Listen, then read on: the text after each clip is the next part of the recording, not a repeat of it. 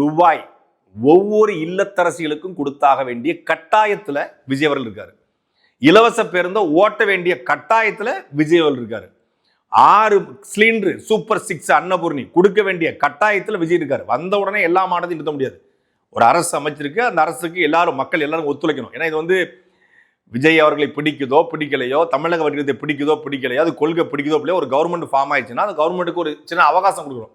சரி, ஒரு தவழும் குழந்தை, அந்த குழந்தை எந்திரிச்சு நிக்கட்டும், நின்று அந்த குழந்தை தன்னுடைய திறமைய, தன்னுடைய அறிவுத்திறனை, தன்னுடைய ஆட்சி திறனை, தன்னுடைய என்ன சொல்லுது எப்படிலாம் செயல்படும் அப்படிங்கிறத நிரூபிக்கணும். ஒரு 6 months அந்த குழந்தைக்கு ஒரு ஹனிமூன் பீரியட்னு சொல்லுவாங்க. தமிழக வெற்றிகளுக்கான இந்த ஹனிமூன் பீரியட் 6 மாசம். விஜயகாந்த் அவர் சொன்னாங்க, அதிமுக ஆச்சுன்னா 6 மாசம் விமர்சிக்க மாட்டேன். அது மாதிரி நம்ம 6 மாசம் விமர்சிக்க மாட்டேன்னு சொல்ல, 6 மாசம் ஒரு அரசு தன்னை நிரூபிப்பதற்கான வாய்ப்பு. அந்த 6 மாசத்துக்குள்ள அவர் சரி பண்றாரா சரி பண்ணலையா அப்படின்னு.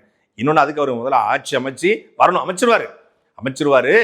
ஆனா அதுக்கான சவால்கள் நிறைய இருக்கு.